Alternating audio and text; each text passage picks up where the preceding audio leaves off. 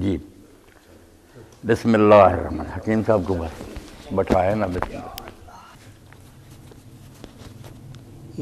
اللہ الرحمن الرحیم.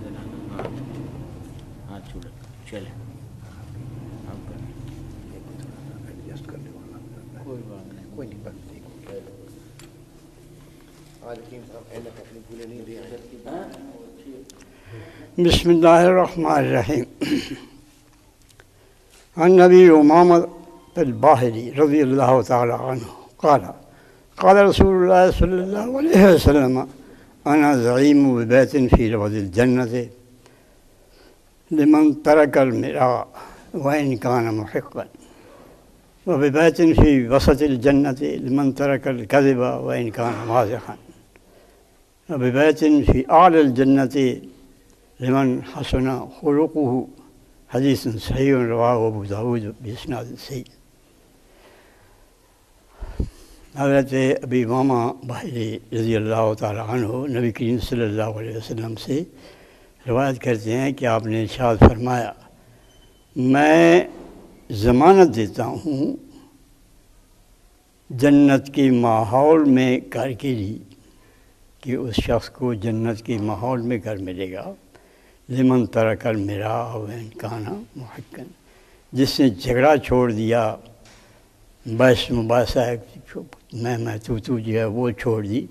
اگرچہ اس کا حق بنتا تھا، اگرچہ وہ حق پر تھا، لیکن پھر بھی اس نے میں اس لیے کہ یہ ایک فساد کا باعث آگے چل کے بن سکتا ہے زیادہ جھگڑا کرنے سے، اس نے وہ خاموش ہو گیا. مطلب اس سے یہ ہے کہ انسان گفتگو کرے تو اس کی کوئی حد ہونی چاہیے. وہ خواہ جھگڑا کر کے بھی اپنا حق اگر لے بھی لے تو پھر وہ جھگڑا جو ہے وہ بجائے خود بہرحال کوئی اچھی ایسی چیز نہیں ہے جس کی ہو. اس لیے نبی کریم صلی اللہ علیہ وسلم نے ارشاد فرمایا کہ وہ حق پر ہونے کے باوجود، اس کی بات صحیح ہونے کے باوجود اگر کوئی اس کی بات نہیں سنتا ہے اور وہ جھگڑا کرتا ہے، اس پہ اترتا ہے اور وہ جھگڑے سے بعد آنے کے لیے تیار نہیں ہے تو پھر ٹھیک ہے وہ چھوڑ دے. خواہ اپنا وقت کیوں ضائع کرے، کیونکہ اس دوسرے کا کام تو یہ ہے کہ اس نے اپنا بات جو ہے اس پہ وہ اڑا ہوا ہے. تو آپ ٹھیک ہے آپ نے جب اس پہ اتمام حجت کر دی، جب بات آپ نے سمجھ لی کہ اس کو بات سمجھانے کی حد تک آپ نے سمجھا دی ہے، تو پھر اسی کو بار بار دہراتے رہنا اور جھگڑا کرتے رہنا جو ہے یہ تضییع اوقات ہے. اس لیے اس کو چھوڑ دیں. اللہ تعالیٰ ایسے نبی کریم صلی اللہ علیہ وسلم کہتے ہیں کہ میں ضامن ہوں اس بات کا کہ اسے جنت کے ماحول میں جگہ ملے گی. دوسرا شخص آپ نے فرمایا جو اس سے بھی اچھے مقام پر ہوگا وہ یہ ہے وَبِبَيْتٍ فِي وَسَطِ الْجَنَّةِ، اور میں ضمانت دیتا ہوں اس بات کی جنت کے درمیان میں. ظاہر ہے کہ جنت کے درمیان جو ہے، جنت میں تو کئی مقامات ہیں. ایک جنت کے آس پاس ایک جگہ ہے وہ بھی جنت کا حصہ ہے، ایک جنت جو ہے وہ اس کی درمیان کا حصہ ہے جو بہتر جگہ ہے اس سے بھی زیادہ.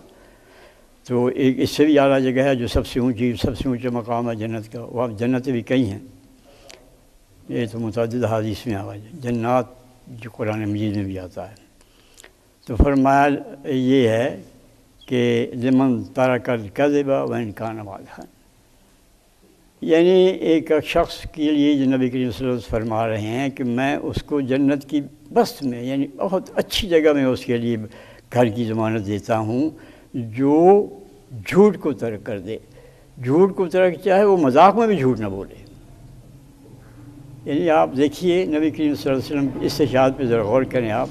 کہ اب مذاق کا جو ہے جھوٹ وہ بھی جو ہے اس کا ترک جو ہے، حالانکہ مذاق میں یا ایسی کوئی بات منہ سے نکل جاتی ہے لطیفے کے طور پر تو اس میں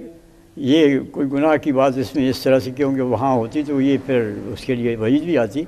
اس کے لیے کوئی جواز کی پہلو بھی ہو تو وہ اس کو بھی نہیں کرتا. مذاق میں بھی کوئی ایسی بات نہیں کرتا جو جھوٹ ہو. جھوٹ پر مبنی اس کی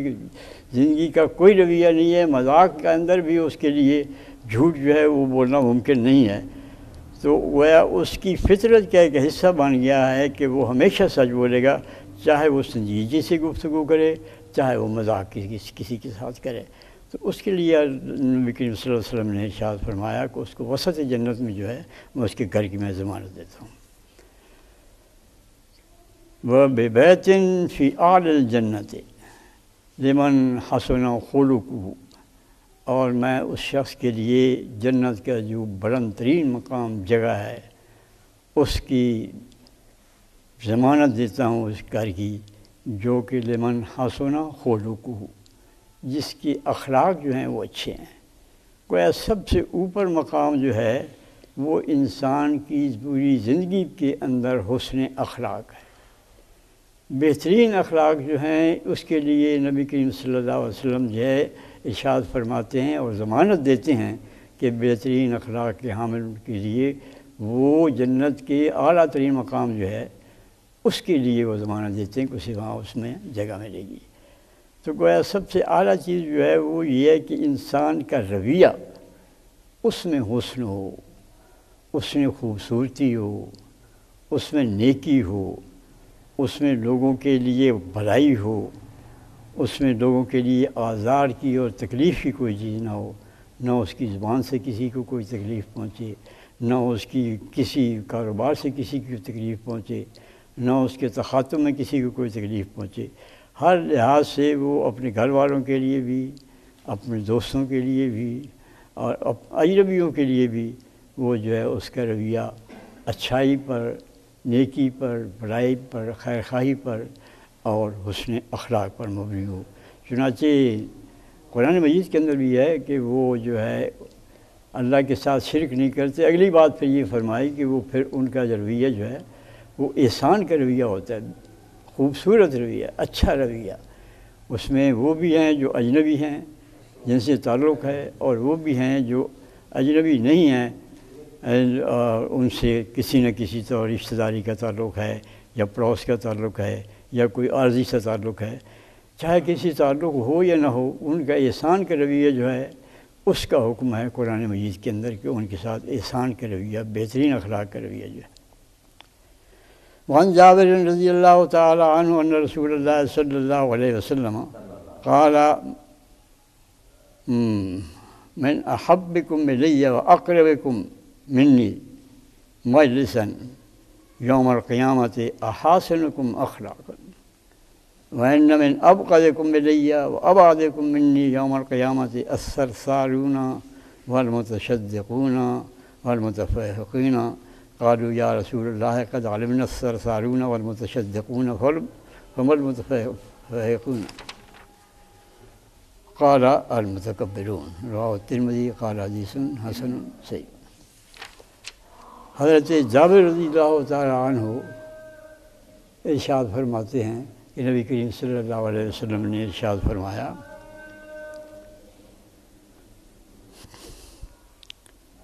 ان من احبکم الی،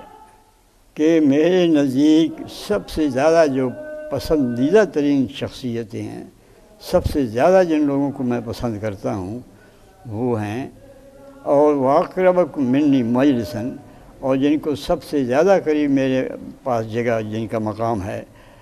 وہ کون ہیں؟ وہ منی دنیا میں نہیں، قیامت کے اندر، جہاں کہ ایک ہر شخص کو اپنی اپنی پڑی ہوگی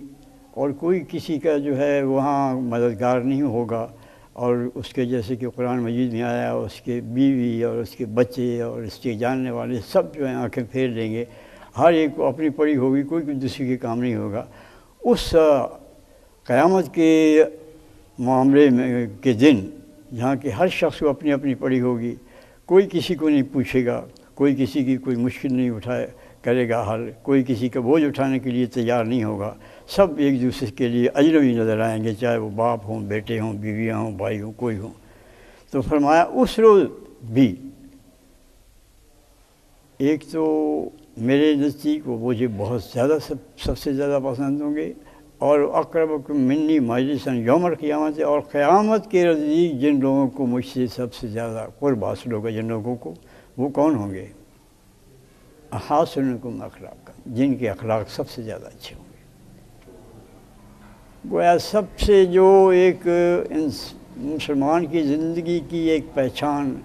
اور اللہ کے نبی نزدیک سب سے زیادہ محبت کا ذریعہ، اور اللہ کے تعالیٰ کے نبی کے نزدیک اس مشکل وقت میں سب سے زیادہ قرب کا ذریعہ، اور ظاہر ہے کہ نبی کریم صلی اللہ علیہ وسلم کے قریب ترین جو شور ہوں گے ان کو عذاب کیسے ہوگا؟ وہ تو اللہ تعالیٰ ان کو اپنی رحمت میں داخل کرے گا اور ان کو کوئی تکلیف وہاں نہیں ہوگی۔ ان میں کون ہیں؟ حاسنکم اخلاق، جن کا رویہ اچھا ہے، جو کسی بھی معاملے میں ان پر کوئی دھبا نہیں ہے، کسی بھی ذرا میں ان پہ بدتمیزی کا الزام نہیں ہے، کسی کے بارے میں ان کو اکھڑ پنا نہیں ہے، کسی کے زمانے میں کسی کے ساتھ کوئی زیادتی نہیں ہے، کسی کے ساتھ تکبر کا رویہ نہیں ہے، کسی کے ساتھ بدگوئی کا اور بد اخلاقی کا رویہ نہیں ہے۔ وہ جو ہر ایک سے، اپنے سے، پرائے سے، گھر والوں سے، اجنبیوں سے، سب کے ساتھ جن کا رویہ جو ہے وہ اچھا رویہ ہے، حسن اخلاق کا رویہ ہے، اچھا طرح سے ہر ایک کے ساتھ پیش آتے ہیں، جس سے معاملہ پڑتا ہے جس کو ان سے، وہی ان کے حسن اخلاق کی تعریف کرتا ہے۔ آپ کو معلوم ہے کہ یہ جو ہمارے اسلام پر ایک الزام دھرتے ہیں مغرب والے کہ یہ تلوار سے پھیلا، یہ اس حقیقت کو جانتے ہوئے یہ الزام دھرتے ہیں کہ انڈونیشیا جہاں کے کروڑوں مسلمان موجود ہیں وہاں کوئی تلوار لے کے نہیں گیا، ملائیشیا جہاں کے آج بھی کروڑوں مسلمان موجود ہے کوئی تلوار لے کے نہیں گیا، یہ سارا مشرق بعید جو ہے یہاں کوئی تلوار اسلام نے نہیں اٹھائی، لیکن وہاں کروڑوں کی تعداد میں مسلمان موجود ہیں، وہاں کیوں کی تلوار نہیں؟ اور پہلے تلوار اٹھانے والے جو تھے انہیں کس نے فتح کیا تھا؟ جو مہاجر ہو کے گئے تھے مدینہ شریف میں جا کے، انہیں کس تلوار نے فتح کیا تھا؟ 13 سال تک وہاں چکی میں پستے رہے، مصیبتیں اٹھاتے رہے، اذیتیں جو برداشت کرتے رہے، وہ تلوار یہ اخلاق کی تھی، ایمان کی تھی۔ تو فرمایا من ابغضکم، یہ تو بتا دیا کہ میرے قریب کون ہوں گے، اور میں سب سے زیادہ پسند کن لوگوں کو کرتا ہوں، وہ تو وہ ہیں جو اخلاق میں سب سے اونچے ہیں، اخلاق میں سب سے اچھے ہیں، ان کا رویہ جو ہے وہ بہترین رویہ ہے، چاہے کوئی بھی سچویشن ہو، کوئی بھی شخص ہو اس کے ساتھ۔ وَإِنَّ مِنْ أَبْغَضِكُمْ إِلَيَّ، اور میرے جن لوگوں کو مجھے جن سے سب سے زیادہ نفرت ہے، اور وَأَبْغَضِكُم مِّنِّي يَوْمَ الْقِيَامَةِ، اور قیامت کے نزدیک روز جن کو میری ہوا بھی نہیں لگے گی میری مجلسی، وہ دور ترین مقام پر ہو گئے، جن پر کوئی کرم، کوئی رحم، کوئی چھیٹا بھی نہیں پڑے گا۔ وہ کون ہوں؟ السرسارون، السرسارون، یہ بالکل سرسر جو ہے جس طرح کہ ہم پنجابی میں کہتے ہیں ٹر، یہ وہی سرسر ہے کہ جو باتیں کرتے تھکتے نہیں ہیں، بولے ہی چلے جاتے ہیں، کوئی چیز انہیں روک نہیں سکتی، کوئی مطلب ہے یا نہیں ہے، لیکن بس ان کی زبان سے وہ بند نہیں ہوتی ہے، کہ بہت بولنے والے، والمتشدقون، شدق کہتے ہیں یہ جو باتیں ہیں ان کو، تو یہ باتیں جو ہیں ان سے متکبرانہ ایک رویہ جو ہے ان کا بات کرتے ہیں تو ٹیڑھا منہ کر کے کرتے ہیں، ایسے کرتے ہیں کہ وہ کوئی دوسری مخلوق ہیں، اور جن سے وہ بات کر رہے ہیں وہ کوئی ان سے زیادہ رذیل مخلوق ہیں، حقیر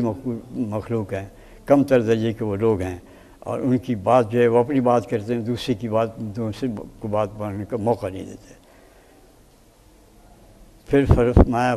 بل متفیخر، اور تیسرے کون ہیں؟ ایک تو یہ ہے کہ زیادہ بولنے والے، خاموش نہ رہنے والے، دوسری یہ ہے کہ ان کی گفتگو میں ایک برتری کا احساس، اور دوسرے کے لیے ایک حقارت کا احساس، اور دوسروں کو موقع بولنے کا نہ دینے کا ایک اپنی دھوس اور دھاندلی جو ہے اس سے وہ گفتگو کرتے ہیں، اور منہ بنا کر اور اس طرح سے بگاڑ کے بات کرتے ہیں۔ اور متفحقون،